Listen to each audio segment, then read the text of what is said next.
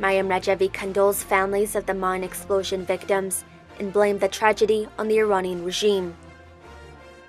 The Iranian Resistance's president-elect Mayim Rajavi extended her condolences to the families of dozens of mine workers who were killed in the explosion of Azad Shahr mine, as well as to all workers and residents of Golestan province on this tragedy. She reiterated that the corrupt clerical regime is responsible for this bitter accident and the large number of casualties. In similar conditions in other countries, the governments usually mobilize all their resources to aid those afflicted, she said, and added, in Iran, however, all the resources are either plundered or consumed to suppress the general public. Ms. Rajavi called on the people of Golestan and particularly the province's youth to aid those injured in the explosion and families of the victims. British MP wins $436,000 in libel case against Iranian state channel Press TV. British Member of Parliament Nadim Zahawi won a $436,000 payout after winning a libel case against the Iranian state television channel Press TV. The conservative candidate, who is of Kurdish background born in Iraq, was falsely accused by the channel of facilitating the trade in oil between ISIS and Israel, British media reported. Zahawi, who was a leading member of the Foreign Affairs Select Committee, said that the channel's post was made after he criticized Iran of malign influence. Iran. Mass execution of 8 prisoners, including 2 women, in Gohardash prison.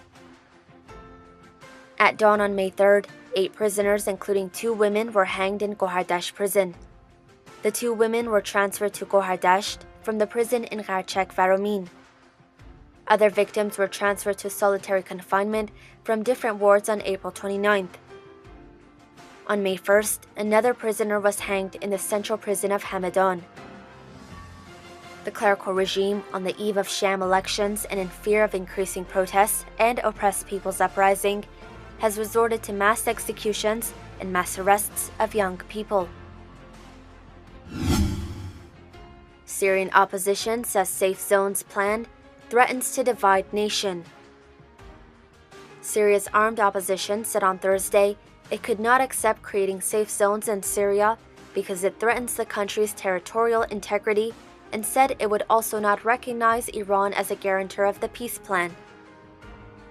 Russia, Turkey, and Iran signed on Thursday a memorandum on creating safe zones in Syria, while the delegation of the armed Syrian opposition walked out and shouted angrily after a new round of peace talks held in Kazakh capital, Astana.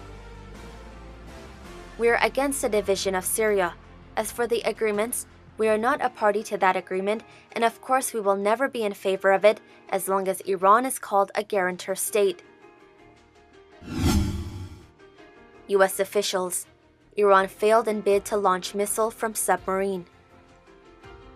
Iran on Tuesday attempted to launch a cruise missile from a submarine in the Strait of Hormuz, but the test failed, a news report has revealed, quoting 2 U.S. officials.